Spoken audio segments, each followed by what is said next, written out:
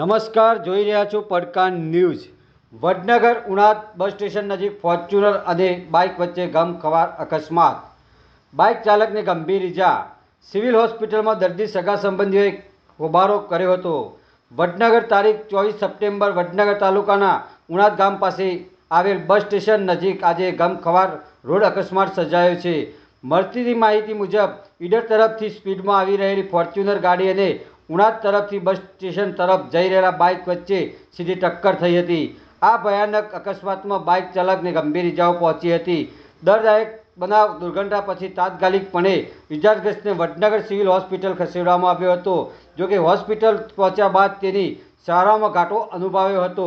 સ્થાનિકોએ જણાવ્યું કે હોસ્પિટલમાં દાખલ થયા પછી લગભગ 1 કલાક સુધી કોઈ તાત્કાલિક સારવાર ઉપલબ્ધ કરવામાં આવી ન હતી। આ સમયે દર્દીના સગા સંબંધીએ ડોક્ટર તથા નર્સોને ઉપસ્થિત અંગે તાકીદ કરી હતી, છતાં જવાબદારીની ભોજગરી જોવા મળી। આમ ના થાય તેમ ના થાય જેવી વાતોથી 2 કલાક વિતાવી દેવામાં આવ્યા હોવાનો ગંભીર આક્ષેપ સગાએ કર્યો હતો। આ દરમિયાન ઇજાગ્રસ્તની હાલત વધુ નાજુક બનતો પરિવારજનોએ તેને વધુ સુવિધા માટે વડનગર સિવિલથી આગળની હોસ્પિટલ ખસેડવાનો નિર્ણય લીધો હતો। ઘટનાએ આરોગ્ય સેવા પ્રણાલીની કામગીરી અને અનેક પ્રશ્નચિહ્નો ઊભા કર્યા છે। અહેવાલ નાગજી ઠાકોર, કેમેરામેન અર્જુન ઠાકોર। શું છે, ઉણાદ બસ સ્ટેન્ડ પર અકસ્માત થયો। અમે તાબડતોડ લઈને અહીંયા આવ્યા અમારા વાહનોમાં 108 આવી તે શીપો પોકી દે અમે મૂકીને અહીંયા આવ્યા। છોકરાને વેન્ટિલેટરની તાત્કાલિક જરૂર હતી। અમે બૂમાબૂમ કરી તો અડધા કલાક સુધીનું એની કશું થયું નહીં। એની સ્થિતિ અતિશય બગડી તો આ સિવિલના ડૉક્ટરોના કારણે બગડી। જો તાબડતોડ એ સગવડ કરી હોત તો અત્યારે આ છોકરાને અમારે આગળ લઈ જવું પડે ન પડી પડે હોત। અને હજી શું થાય છે એ બધી જવાબદારી અમને એવી પરિસ્થિતિ ઊભી થઈ છે। કેટલા સમયથી અહીંયા રોકાયા હતા તમે? અમે હળાબાંડ પહોંચી આવ્યા છીએ। હળાબાંડ પહોંચી આવ્યા છીએ। પાટો પહોંચવાનું કીધું, બધું લોહી વહી જાય છે તો કે હા ડૉક્ટરો આવું છે। અત્યારે 2 વાગી રહ્યા છે।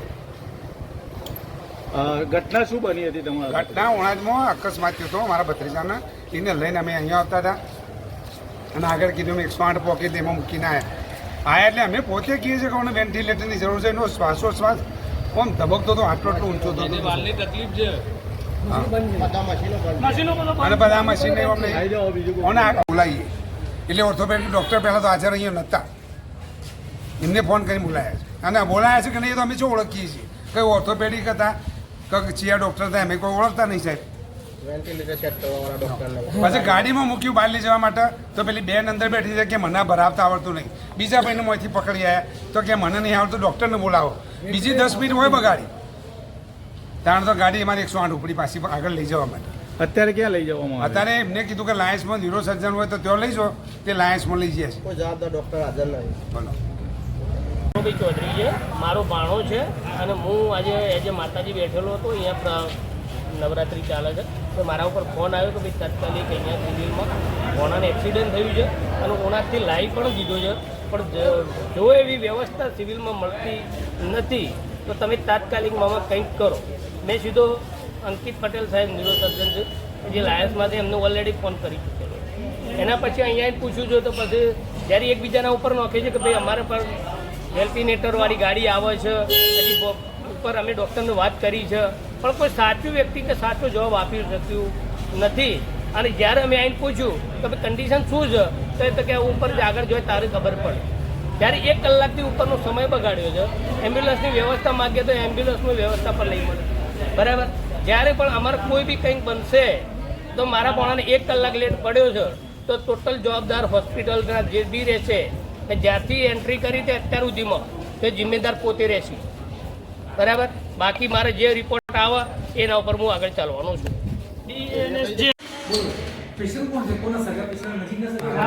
મારી બહેનનો ભાણિયો છે, એની ઉંમર છે લગભગ 28-29 છે।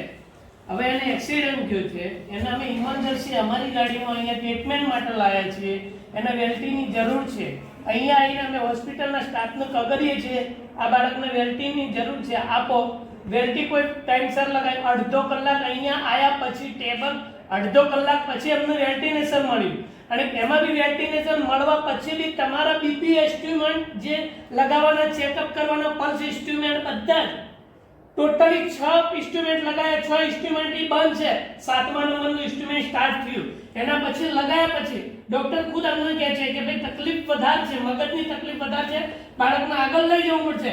આગળ લઈ જવા માટે બી અમે રિક્વેસ્ટ કરી, એના પછી બી અમે એમની જોડે એમ્બ્યુલન્સ માંગી તો એમને અમને એવો જવાબ આપ્યો અમારી જોડે વેન્ટી એમ્બ્યુલન્સ નથી.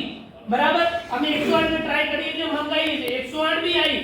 અમે બી આગળ કે વાત કરી, લાયન્સ માંથી રૂબરૂ વાત કરી, મારા ભાઈ એમાં છે એમને વાત કરી, ત્યાંથી બી ગાડી બોલાવી. એના પહેલા અહીંયા 108 આવી, અમે કરી બધું. 108 આયા પછી બી પેશન્ટ શિફ્ટિંગ ફટાફટ થતું નથી. બીજું વેન્ટિલેટર અંદર ભરાવા કોઈ બી હાઉસકીપિંગ સ્ટાફનો ઉતરવું છે, એ અંદર ઘૂસીને એમ કે છે વેન્ટિલેટર કેવી રીતના ભરાવા. સિસ્ટર હતી એ હજી પણ એને અહીંયાથી સિસ્ટરે પહેલી જેવી આવી ને એ સિસ્ટરે કીધું કે મને ઓછું ભાવે છે, પછી ડોક્ટર તમે કાલશો ચેક કરવા, તો કોઈ ડોક્ટર જવાબદાર બીજા નથી. ભાઈને મોકલ્યો એ કે આજે મને નો પાડો. કોઈ ડોક્ટર એટલે અમારા કોઈને પકડવા એમની એમ સાહેબ 2 કલાક અહીંયા કાઢી જાય કે મારા પેશન્ટને કઈ બી થશે તો જવાબદાર આ રહેશે. હા રાખો. આપણે 108 ની ગાડી આવી છે, 108 એની અંદર નર્સિંગ સ્ટાફ હોય છે, એમાં ટ્રેન પેલા હોય ને એ હોય છે. કોઈ આમાં છે ને 108 ની સર્વિસ છે, બીજા સરકારી સર્વિસ મારે એવું નહીં સાહેબ. સર એ સામેથી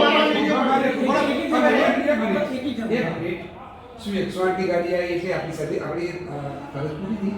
એવું નથી. મૂકીને અંદર એને શિફ્ટ કરીને પેલી કરી તો તમારે આપવું એવું પડે. નતું, ના ના હું એ કહું છું એ બધી જવાબદારી નહીં આવી છે પાછી. ઉભા થાય, હું અંદર ઉભો હતો સાહેબ, હતો કે નહીં સાહેબ. સિસ્ટરે પેલું આવી ગાડી લઈને તો ભાઈ વેન્ટિલેટર હોય ચાલુ છે, જો મને ફાવતું નથી તમે સેટ કરી આલતા હોય તો એને કીધું છે એ ભાઈ. રિક્વેસ્ટ કરી વિડિયો સર કે 10 મિનિટ સુધી કોઈ ડોક્ટર અંદર બોલાવજે પેલો